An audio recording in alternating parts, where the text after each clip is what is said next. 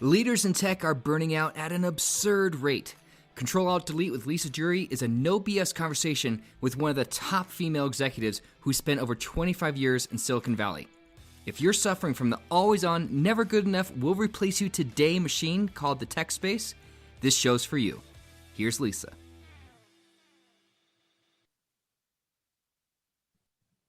Everybody, do I have the 411 for you today? Welcome to Ctrl+Alt+Delete with Lisa Duerre. And I have to be honest, the 411 is a number. It's a billion, 411 billion. Insufficient sleep has an estimated economic impact of over 411 billion each year, and that's in the United States alone. So whether you had the perfect night's sleep last night, you haven't slept at all, or you want to take a nap right now, listen in, because do I have a gift for you today? Joanna Clark is here. And Joanna, I've been wanting to do this podcast episode with you for how long? I don't even know. Welcome to Ctrl+Alt+Delete. Thank you, Lisa. I'm so happy to be here. Yeah. So everybody, Joanna and I have known each other for quite a while, but here's what I want you to know. She's my go-to when it comes to sleep. She is a pediatric sleep coach. She calls herself the sleep detective. She is somebody who, whenever I'm struggling, I can pick up the phone and call, and she's got such amazing insight. I mean, she does Facebook Lives every week to just be of service to people. Mm-hmm. And what I know with the world we're in today, that 411, 411 billion in the United States alone, we got a problem. Right.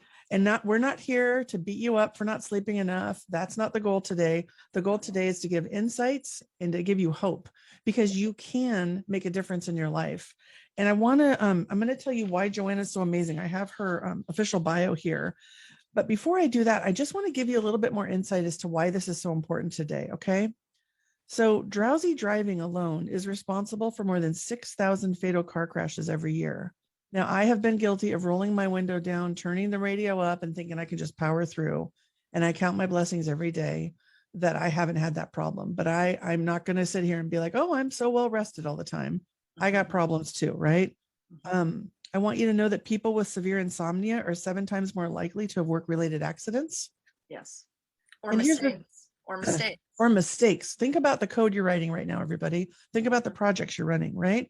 And I love this example so much because how appreciative we are of the frontline workers, the nurses. Nurses working 12.5-hour shifts report committing more than 3 times as many medical errors than those working 8.5-hour shifts. Mm-hmm. And in the global world of tech, where you have different shifts going on for call centers and different shifts going on in different countries based on what's going on, we always, I'll sleep when I'm dead. It doesn't matter. I only need 5 hours of sleep. And I call bullshit. Right. I just do. So let me tell you why Joanna's here and what we're going to talk about today. I love her company so much, what she does. So she is the founder of Blissful Baby Sleep Coaching. And Joanna Clark is on a mission to ensure that no parent endures the pain of sleep deprivation, overwhelm, and relentless questioning of their self-worth, because they have a child that does not sleep through the night. As a former sleep-deprived working parent, Joanna knows exactly how frustrating and isolating it is to want what's best for her child and yet can no longer tolerate living in a sleep-deprived haze. Joanna helps sleep-deprived families get where they need to be, ... well rested. Yes. There's no need to cry it out. Easy bedtimes, peaceful nights, reliable naps, and confident parenting are yours.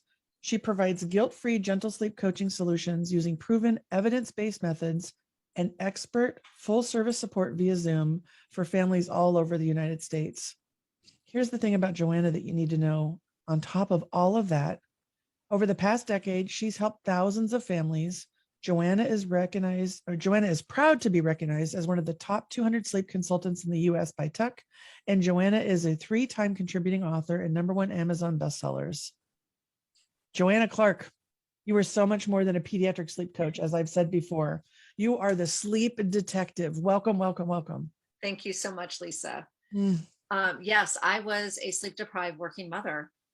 And so I know exactly what it feels like to have demands and obligations in the workplace. I was always a high performer. I loved to work and to be successful at work. And when I had my beautiful baby girl, I fully believed, because I had done all my research and my reading, and I was going to kind of have my PhD in parenting, by the time she was only 2 months old, that I would be able to figure it all out, because I'm an extremely resourceful woman and I've figured out a lot of things in my past. Why wouldn't I be able to figure this one out? Well, guess what? Mm-hmm. My baby girl was not sleeping. She was nursing all night long. She would not let my husband help at all around bedtime or naps. It was all mommy, 24 hours a day, 7 days a week. And I tried and failed to help to solve this problem. I guess you could look at it that way. Mm-hmm. And I was failing miserably. I was feeling embarrassed. I was feeling very resentful to my baby and to my husband, because like he was kind of useless and she only wanted me, and there was like nothing left of me. So because my job wanted a whole bunch of things, she wanted a whole bunch of things. He was trying to help, but it wasn't able to, and it just was a very unmanageable situation. So I absolutely know how sleep deprivation and work and the demands that a woman gets put under all come together, because you want to be a great employee, you want to be an amazing mom, and you want to be a great wife, and you have a family vision. And when the family vision is falling apart right in front of your eyes, it's pretty frightening. I'm so grateful that you just shared your own story, because here's the thing. I know women are leaving the workforce, especially in tech, at unprecedented rates. And they're citing, when they're courageous enough to talk about it, Yes. the family needs have to get met. And they're saying childcare a lot. Okay. And I understand that. I also know from my own experience and in your story, there's a level underneath it that is not being talked about. And so whether you're on the board, whether you're the CEO or you're the frontline manager, or you're actually someone who's in an individual contributor role trying to keep this all together, you need to know this is going on. Right. And one of the things you had shared with me the other day, Joanna, and I have my own story too, which I'll share, as we talk today. But I know you recently spoke to an employee resource group at one of the tech companies in Silicon Valley. Yeah. And I know you were brought in to really support the working moms in that organization. So to keep it really real for our audience, what was the conversation like? What's really going on? How are women holding up right now in tech, and being parents? Okay. Well, all right. So pre-pandemic, it was already difficult. Then you add pandemic and needing to work from home and caretake your child all day, because perhaps your daycare was closed, or the nanny that you had hired was, you didn't feel comfortable, having another individual in your home. So the problems that already existed went exponential in this past year. And really what the moms are sharing with me, because I'm talking to working moms every day, and especially when I go in and talk to organizations of working moms, is that there is tremendous shame and guilt that their child is having sleep issues, that they've tried to fix it and haven't been able to get resolution, and they feel shame about the fact that they haven't been able to figure it out, that they have been able to outperform themselves in all different areas of their life. But this motherhood thing, and especially this one element of this motherhood journey, is a conundrum to them. And they don't want anyone to know that that's what's the underneath. So Lisa just mentioned kind of the underneath, like if a mother has to choose to leave the career for a while and she cites child care concerns, I would imagine that if we asked her multiple other questions, like what elements of childcare, it would most likely be, I'm up all night with my baby, and I don't have the physical, emotional stamina to be the mother or the employee that I know I'm capable of under these conditions of sleep deprivation. Because mothers are sleep deprived. So let me give you some of my statistics to really pinpoint this. Right now, these are all new stats, by the way. Right now, it is estimated that working moms are literally working 98 hours a week between their professional and personal obligations. That's not surprising, and yet it's mind-blowing. Right. It's exactly. But I want you to think about it, right? I mean, 98 hours a week, with probably half of that being, you're not being paid for that. I mean, Yes. Yes. Yeah. right. But the work of mothering and caretaking is as important as any project you're doing at work as well. Mhm. Now, the other statistic is that a new parent loses 44 days of 44 24-hour segments of days in the first year of their baby's life, which means that they're losing 1,056 hours of sleep in the first 12 months of their child's life. So I want you to think, let's put those two statistics together, Lisa. Yep. If you're already, if the demands of professional life and personal life, just caretaking, again, remember when I say professional and personal obligation, they literally mean your work life and your caretaking life with your child, not your social life, not your exercise life, not your exercise, not managing your marriage life, not managing, maybe if you have an elderly parent. I'm talking about professional and caretaking of a child, 98 hours a week.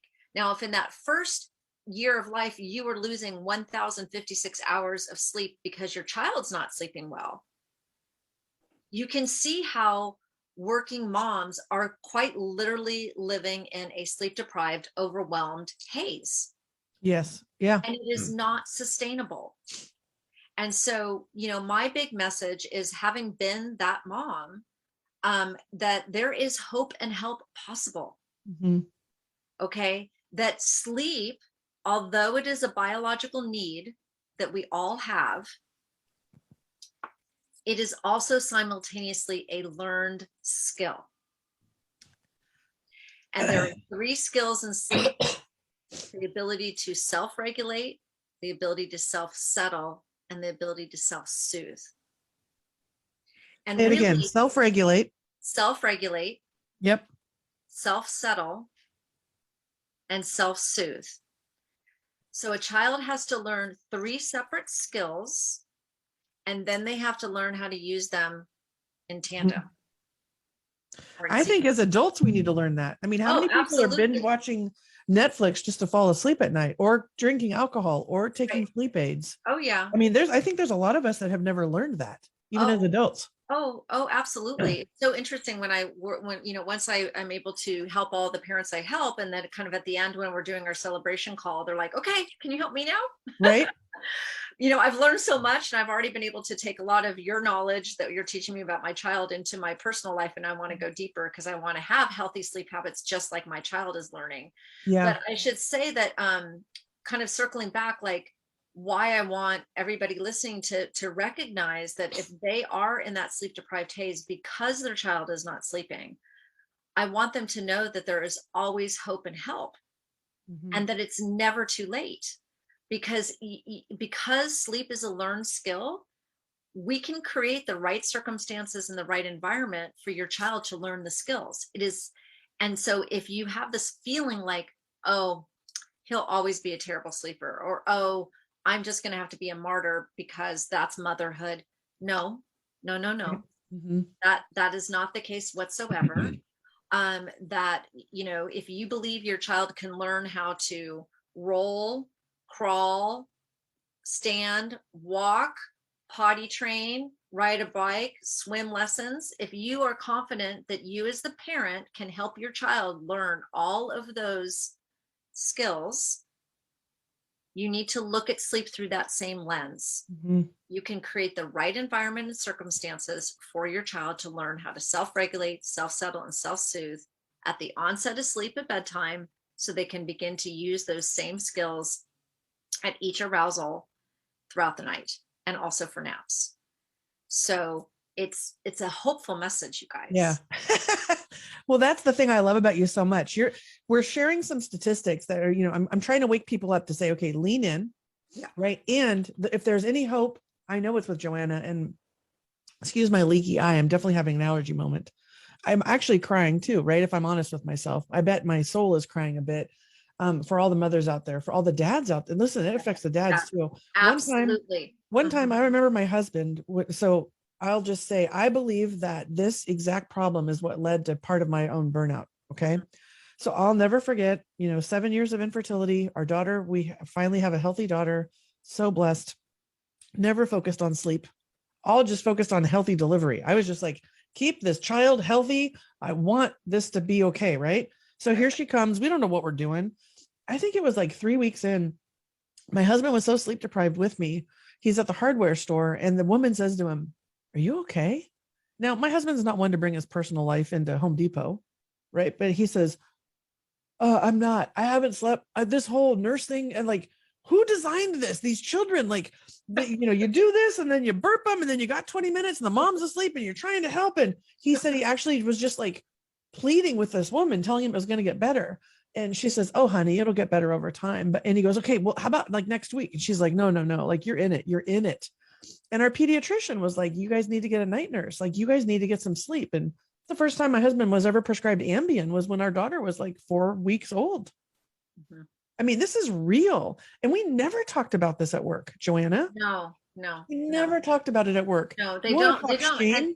Because there's tremendous shame. Tremendous shame. And it's because shame, and the shame is coming from two things. Number one, the shame is, why can't I figure this out? I've been able, I'm a professional, educated woman. I'm successful in all these different areas where I can problem solve. Why can I not figure this out? And then there's also this other element of, well, this just must be motherhood. I guess I'm just signing up for this. I didn't think it would be this hard, but I guess I'm going to resign myself to this feeling of martyrdom. And both are not true. Yeah. I'm so with you. To be true. And I think about, whenever I talk to you, one of the things I always think about is, where were you when you needed you, right? And I'll never forget when I met Joanna, everybody, we were sitting down and just, "Oh, what do you do? What do you do?" And she says, "Oh, I help, families get rest." I was like, no way. I mean, at that time, I think my daughter was 6. Yes. And I had told her my own story of our own journey. And then I just was like, I need to introduce Joanna to absolutely everybody I know. Because what you do, I think, is you actually transform families. I think you save marriages. I think the work that you do actually saves people from having heart attacks or manic episodes. I mean, when you look at sleep, which I think Ariana Huffington's done a fabulous job raising awareness, right? There's so much more here. So yes, we are talking specifically right now about getting your child a well-rested night. But that leads to everything. And so when we think about Ctrl+Alt+Delete, right? Burnout prevention, mindset reset, leadership skills, I really want to just say that this is an act of self-care. Yes. So this isn't the spa. This isn't 3 days, by yourself, just doing the spas and the facials or whatever. Your sleep, the quality of your sleep impacts your entire life and everybody that you lead and love. Mm-hmm. Right? Mm-hmm. So this shame thing alone, when we think about it, for those of you listening in who are leading teams that have working parents on them, do you have any advice, Joanna, for a leader? Like, how can we all be a part of reducing this shame? I don't even really know my question, but okay. I'd like us to focus on some solutions to help absolutely. People. So what I would say regarding that is that, I mean, first of all, I think there's a big step when you can have a working mothers group and you can have it be one of the topics. I think that's super important, that this can be like, hey, sleep is a topic that we can all improve upon. Mm-hmm. Sleep is a topic that we can help each other know more about, and we can get good resources to find accurate and reliable information on it. There's, what a lot of moms report to me is how confusing all the material is.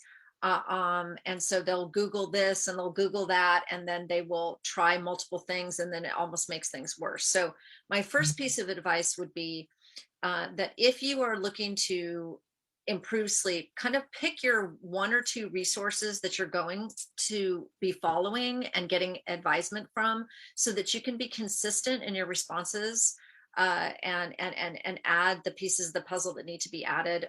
Because if you're pulling in from different methodologies and different paces, it's just going to make everything much more confusing. Also, if you find that you are a working mom and you recognize that your child doesn't have those foundational skills of sleep, and that you might have to get into a situation where you have to consider sleep coaching, I want to be really clear on something. Whenever the word sleep training or sleep coaching comes out of somebody's mouth, there tends to be kind of a visceral response, because there's this automatic assumption that if you are going to sleep coach or sleep train your baby, that means you as the mother or you as the parent is going to let your child cry it out. That is like you think sleep coach, sleep train, it means cry it out. And I want to be really clear on something. That is not true. Okay. That is a methodology.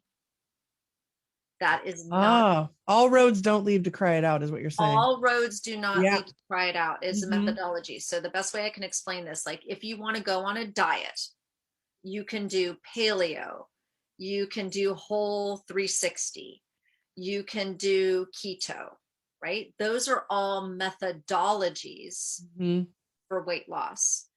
So with sleep coaching and sleep training, you have to look at it as a different thing, that it's nothing scary that you're doing. You're not jeopardizing your attachment to your child. In fact, if anything, you're actually going to be increasing your attachment to your child.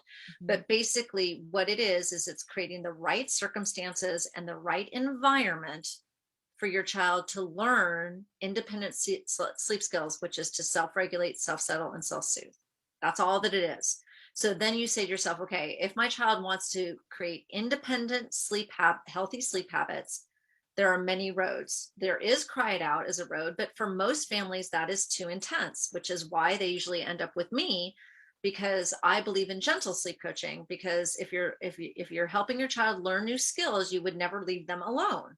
Just like when they were learning to walk, you didn't leave them alone. Just when they were learning to swim, you didn't leave them alone, or when they're riding a bike, or when they're potty training, right? So you want to be thinking about the methodology that you might want to pursue, and then being realistic on the time frame that it would take you to reach all your sleep goals. Depending on the nature of the sleep struggles at the onset, it could take anywhere between 5 and 7 days to a month for resolution.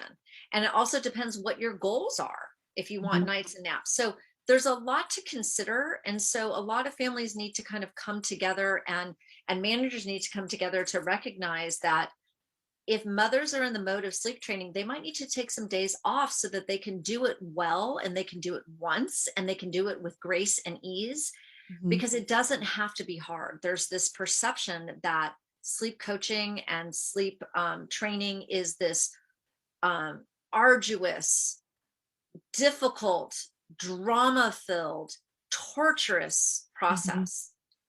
And it doesn't have to be that way. If you do it with the right methodology and the right support and the right pace to meet the temperament of your child, their age and stage, and your family values, it can actually be this amazing experience where you get to see your child learn these paramount skills for life.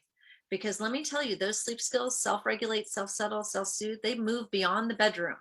When you have a 2 and 3 year old that's prone to tantrums, which is developmentally appropriate, those that are good sleepers manage their 2 and 3 year olds better, the 2 and 3 year old time frame of developmental stage, because they already have this self-regulation, self-settling, and self-soothing skills. If you have a teenager that has good sleep skills, they're going to have less need to downregulate with things we don't want them downregulating with. Right. Yeah. And then later, like Lisa, talked about earlier, like us as adults, like downregulating with a sleeping pill, a glass of wine, or binge watching, right? That we haven't really been nurturing our regulation, settling, and soothing skills for our own self to be able to get into a drowsy state. So there's hope, and this is the most important thing. In fact, there's another statistic that they show that sleep deprivation causes lack of empathy. And so when families are saying to me, well, I'm afraid to sleep train because I'm afraid that it's going to damage my attachment to my baby, I explain to them that your sleep deprivation is actually doing more damage to your attachment, because when you are sleep deprived, they have shown that you have less empathy. Mm-hmm. So you have less empathy for your spouse, for your child, for your work colleagues, and you definitely, as a sleep deprived parent, have less empathy for yourself. Dude. Okay. I just had like one of those downloads. So anyone who, for you longtime listeners, get ready, because we already know what's happening. Anybody new, hold on to your seats. Okay. Everything you just said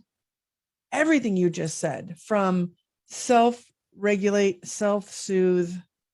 What's the third one? Settle. Man, I can't read my own writing. Self-regulate, self-soothe, self-settle. Think about the conflict at work, everybody. Think about all the different moving parts. Think about all the unprecedented times. I just want you to like put yourself as those leaders in tech that you are. We all need this, right? And then you had me at lack of empathy, because burnout happens when you get really cynical. You lose your empathy. Your tank is empty. I know this with all of the leaders that I coach, the workshops that I run, the keynote presentations I do. Everybody comes up after and they're like, oh my gosh, I'm always resentful and angry, and it's showing up everywhere.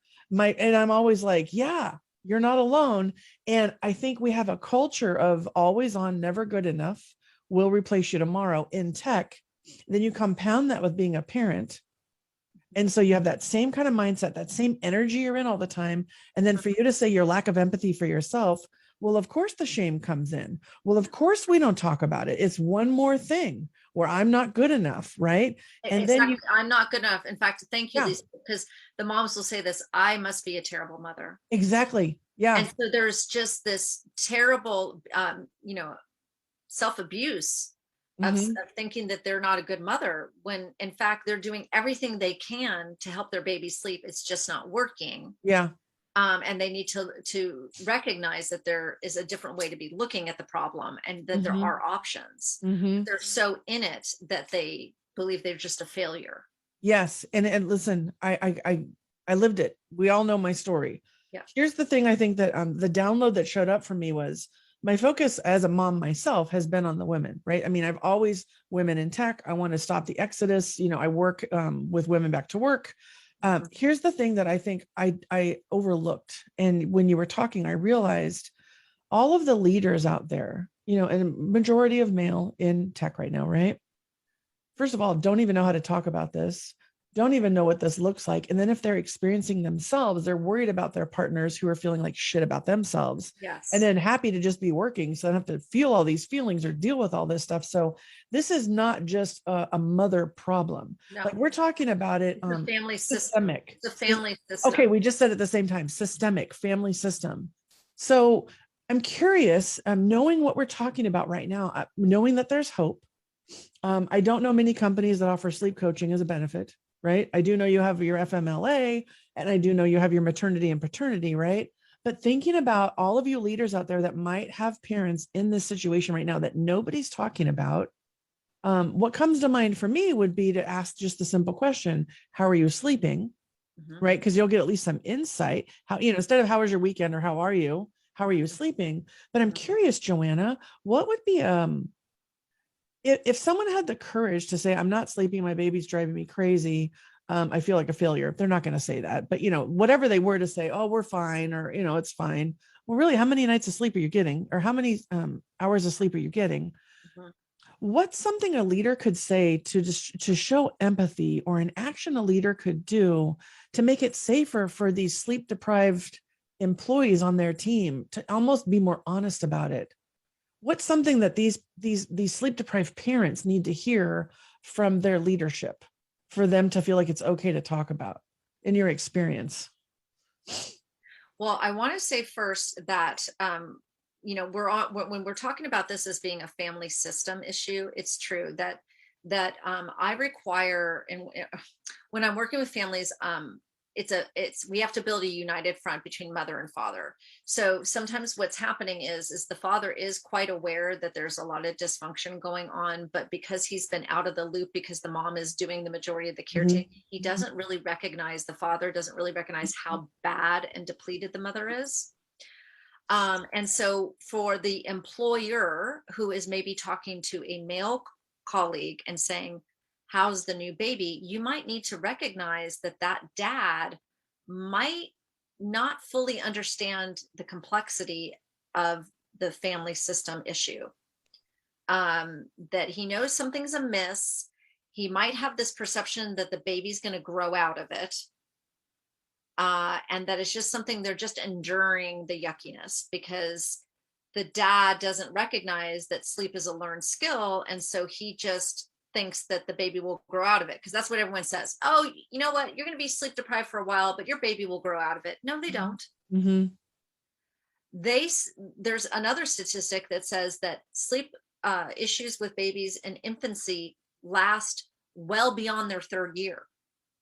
So if you are a sleep deprived parent and you are not addressing this now, you're going to be looking at years of continued sleep deprivation, which the added impact goes to all the statistics that Lisa and I just mentioned. Yeah. I mean, I see burnout and marriage failure. By the time families come to me, they're usually in crisis. It's unfortunate. And that would be the one thing I wish could change, is that families would not be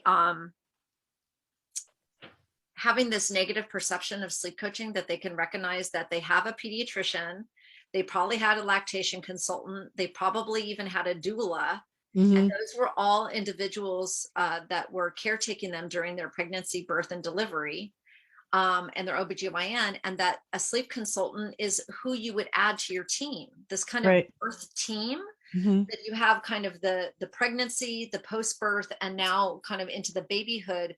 What is your team going to be? And that if you're having sleep issues, part of your team would be a sleep consultant that you would kind of have on staff for you to help you through an intense period, or to be available to you for questions as you move along your parenting journey, because there's always going to be sleep transitions that you need help with, or regressions that you need help with. So for the employers of the dads, I would say recognize that you might need to ask some more probing questions to the dads, because they might not be fully in tune yet that there's really a problem at home that will ultimately catch up with them. And I'll give you an example of that here in a minute. And then to the moms, I think right from the beginning, you should fully recognize the likelihood that it's not perfect sleeping environment at home is very high, and that she probably isn't going to let you know how challenging it is, and that you probably need to ask the hard questions up front, and then be able to say to them, do you need some support around that? Have you talked to your pediatrician about it? Have you talked to any of your friends? Have you sought assistance from a certified and trained sleep coach in the methodology that is most aligned with your parenting value? And let them know that asking for help is perfectly acceptable, and that they might need some time off to go work on that, because when they can be resolved in the issue, they get their life back and they feel like a whole new woman, a whole new human being. Yeah. When I hear you talking, it really there's so much correlation here. I just want to highlight it for people. So when I get called in, right, when people search out me for support, it is an executive in a new role a lot of times. And the failure rate of executives transitioning to that next level is around 40%. Wow. So companies have figured that out. And they're like, hey, you need a third party external, somebody who's been in your shoes, who can help you, right? Think about what it's like to be a new parent, like the newness, the failure rate, right? Not that the kid's going to die, but if you want a thriving family system, sleep is essential, people. Yes. So there's that correlation. Then the second thing is pick the right person with the methodology that fits for your values, your needs, right? I work with executives in tech who believe that heart belongs at work. Right. I'm not that for everybody. Right. And I'm also really honest about my own stories, so people can see that in you. So there's so much correlation here that I wish that I had thought about it sooner in my own journey to being a parent, because at work, we're always thinking, okay, let's build the best product team. Let's build the best finance team, whatever. And you always look for the strengths of everybody, you pull them together. But the missing component, even for me as a parent in the beginning, was this expertise in sleep and guidance. I mean, Joanna, the thing we're not talking about too, that I'm just going to highlight for everybody is, this whole, it takes a village. Guess what? There's no village right now. It's very rare that people in tech have a village. Okay. You're working all the time. You're working all the time. So to have this village is not what it used to be back in the day. And I think a lot of those sleep skills you learned from mothers and grandmothers and aunties and things like that, right? And I think that's why the service that you provide, listen, I called my lactation person in the hospital, I called her auntie because I thought, oh, she's showing me how to do this. But I think we all need an auntie Joanna. I think we all need that sleep detective in our life, wherever our kids are. And honestly, even if you don't have kids, it's still a great consult to have to learn the sleep skills. Right. I'm so grateful for what you do. Yeah. And, I would also say I work, I'm based here in Silicon Valley. So, I work with families all over the US. But I have a ton of tech employees that I work with, and they're usually both dual working parents. Both parents are in leadership roles, and their work suffers, their marriage suffers, right at the point when they think the most beautiful thing that could be happening to them is bringing a new baby into the world. And I just finished working with a client right now that was an Apple employee, and they had tried and failed everything. And then when they came to me, they're like, look, we have tried and failed. I'm not even sure if this is something you could help us with.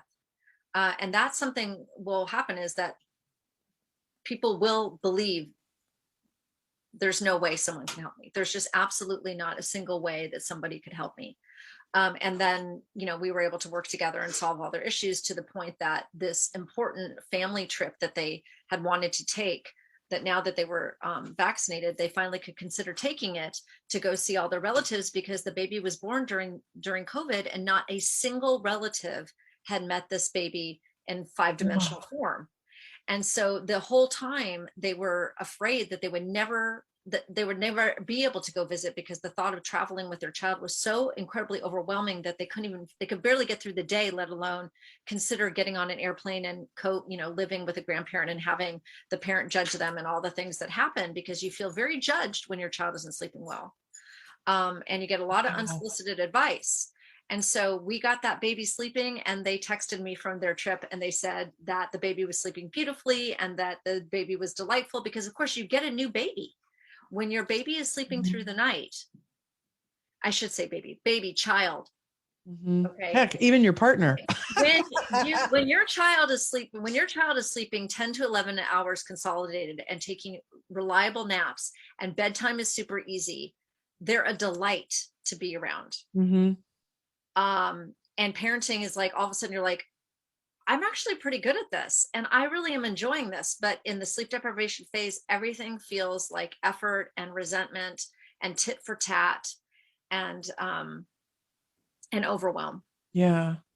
This is so helpful. So for those of you listening in, I want to just take a moment. If you're driving, I just want you to think about it. But if you're, somewhere stable, I want you to think about your own sleep, right? Because this oxygen mask thing, it starts with us, right? So take a look at the last couple of weeks and just think about, are you going to bed at a regular time? Do you have the blue screens off, right? Is your temperature set correctly?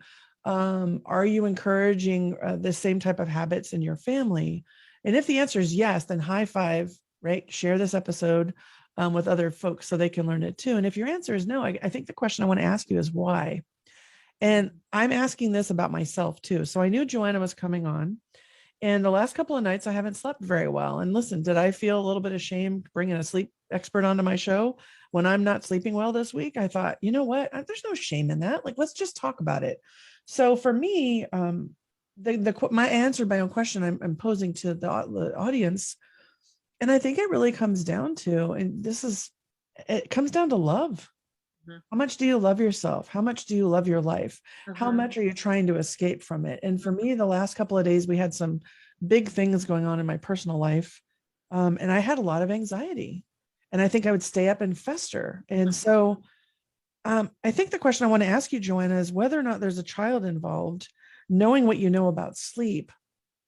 What are a couple things people can take away right now to even have a better week, a better night? Like, what are some things as the sleep detective, some trends or themes you see for those of us, including me, that might, take that anxiety and somehow Yeah. turn Well, it? I would say that um, sleep, developing healthy sleep habits for yourself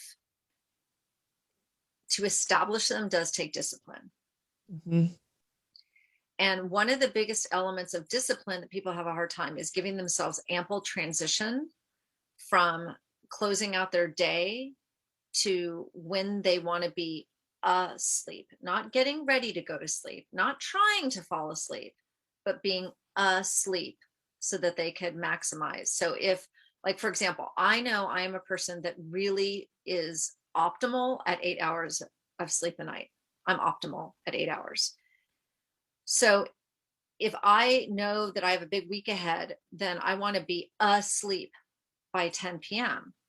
Okay. But what do I need? I need to go backwards and get honest with myself is how much, if I want to be asleep by 10 p.m., what is all the transition points that I need to hit so that I can be drowsy enough at 10 p.m. Mhm. And that's where the discipline is, because, you know, at 9 o'clock, I sometimes get a second wind where I'm like, I'm going to go crank out some emails, or I'm going to do this, or I want to talk to my husband, or gee, it's been a really hard day. I want to just space out on TV. Mhm. But the discipline is that I know I need at least a 45-minute transition from closing out my day to being asleep. And so if I want to take really good care of myself and kind of tend to my future self, meaning that I'll wake up this morning and feel really Right. energized for my day, I have to have the discipline to give myself the ample transition. Mm, So, but that's see, some beautiful. people don't even realize what it is they need for transition. So this is where kind of your own asking yourself the hard questions and doing your own kind of sleep detective work. Mhm. But once you know some of those key factors, it becomes easier to optimize. I really appreciate what you're saying so much, because I think about when I had my weight loss journey. And I remember thinking and having this aha moment in my own experience that what I was thinking was hunger was actually me being tired. Oh, yes. And I was always feeding myself thinking, oh, I'm hungry, right? I'll go grab Starbucks or, chips or whatever. This was really when it was really bad. And I think you and I've talked about this in other conversations. And it just blew my mind that I was inferring or interpreting my body's messages to me Mhm. that I was actually tired. And so when I actually took my medical leave for burnout, I slept so much and I felt guilty in the beginning. And then I realized through my own learnings that the restorative piece of sleep is actually builds your immunity, helps you make better decisions, makes you easier to be around, made me a better parent and a better helps wife. helps you Right? lose weight. It Helps did. It you lose totally weight. helped me lose weight. Right, because Yeah. sleep and blood sugars go hand in hand. Yeah. Um, There's so much to this. yes, but again, true self-care in my mind is also kind of discipline, because you have to be honest with yourself on what it is that you really need, and then you have to be willing to make those compromises for yourself to fulfill that need. Mm-hmm. um Mm-hmm. you know um I love I binge watch just like all the others, right, especially after a year of doing it. But I have to actually force myself to say I will not be on a screen past 9 p.m. Mm. And it is, some days I just want to compromise my own goal, and sometimes I do, because we all do, right? Yeah. Yeah. um, Welcome to being human, right? yeah. And then on the days that I say nope, and I just turn off my phone and I pick up a book instead, so I have that nice transition in the dimly lit room, those are the nights that I just fall asleep so beautifully, and I sleep all night long and I wake up Mm. great. So, we all know this, you guys. Listen, I mean, this Yeah. is not, but it's the doing, right? Right. But circling back to moms, I just think, or to parents, I just want to recognize that, because this is a sleep deprivation, if your child is not sleeping well, inevitably it becomes a family system issue, inevitably. And then once it becomes a family system issue, so what I mean by that is the parents are arguing, There's a lot of resentments being built. There is the household chores and maintenance and everything like that just kind of goes by the wayside. And then it starts to fan out to the next level. So each parent's kind of personal or professional obligations start to fall. They stop working out. They stop eating well. They lose their focus and productivity at work. They start to get more stressed and anxious about their work because they know they're not performing. And you can see that it just grows and grows and grows until they kind of hit a crisis point where they go, oh my gosh. And, I call it being on fumes. Like a lot of moms, this is what I call my kind of stamina scale. 1 is you're on fumes, and 10 is you're like about to run a marathon. Mm-hmm. Most of my families are coming to me when they're already on fumes. They're already at a 1. I don't want that. I would rather have them recognize like, oh, there's a problem here. Let me see how I can solve this before I hit rock bottom. Right. Mm-hmm. And so that would be my big message. And in managers, and if you are a manager and you're thinking about this topic to talk with your employees, or if you're an employee yourself and you're thinking about this, ask yourself, where are you on that stamina schedule? And if you are sliding from a 5 to a 4 to a 3, and ask your spouse, because, I have a lot of times where families will say to me, the dad will say, I'm in an 8. And the mom will be like, I'm at a 2. And the dad will be like, you're at a 2? And your mom, and the mom's like, you're at an 8? And there's this, talk about resentment, right? Right. So sometimes spouses don't even know where each other are. So it is a conversation to have within the context of the marriage, how you're each doing, and then looking for solutions. I appreciate that. So listen, everybody, we could go on, and I have all kinds I think I'm going to invite Joanna back because we haven't even touched on single parents. We haven't touched on adoptions. Like there's so much more here. What I want to say with the time that we have today is, Joanna, you offer so much free advice. You have regular Facebook Lives. You share things on LinkedIn. So can you tell everybody how to find you? I think, well, let's do that. Yeah. Okay. So you can find me at Blissful Baby Sleep Coaching. So it's kind of long. So blissfulbabysleepcoaching.com. And then I'm also on Facebook and Instagram and LinkedIn. So Blissful Baby Sleep is my tags on that. And if you want to speak with me, on my website, you can go and fill out the form and we can have a conversation about your sleep struggles. But I do Facebook Lives, I do Instagram Lives. You can submit questions in advance for hot seat coaching. All of that can be found on my website so that you can find out how to have some of that one-on-one with me. And I guess my parting message would be like, there's always hope and help available, and to please recognize that it's a family system issue, and that it will end up feeding out to the rest of your life. So in order to get your life back, it starts with sleep. Indeed, my friend. Okay, so listen, everybody, right now, you're going to go follow Joanna. Anybody you want to send them to her Facebook page. She does so much. Thank you for being so giving and being of service all the time, Joanna. It's amazing. I'm constantly in my own Facebook world referring you because every time there's so much wealth for free. So much. Yeah, exactly. Yeah. I really want to be the place to offer accurate and reliable information. Exactly. So many moms come to me in a state of complete confusion because they've gotten their information from so many sources, like I referenced earlier. I want to be that kind of one depot so that you can at least know, like, okay, this is a good place to come to get. Yeah. Yes. Awesome. So we're going to end with the song because we're building the playlist. And before you tell me your song, there's one thing I want to say to everybody listening. This type of video right here would make a great team meeting. This type of video right here would be an amazing resource for your employee resource groups for working parents. Okay. So if you're always like, what could I do? How could I help? I don't know where to start. Take something like this, either listen to it and share it.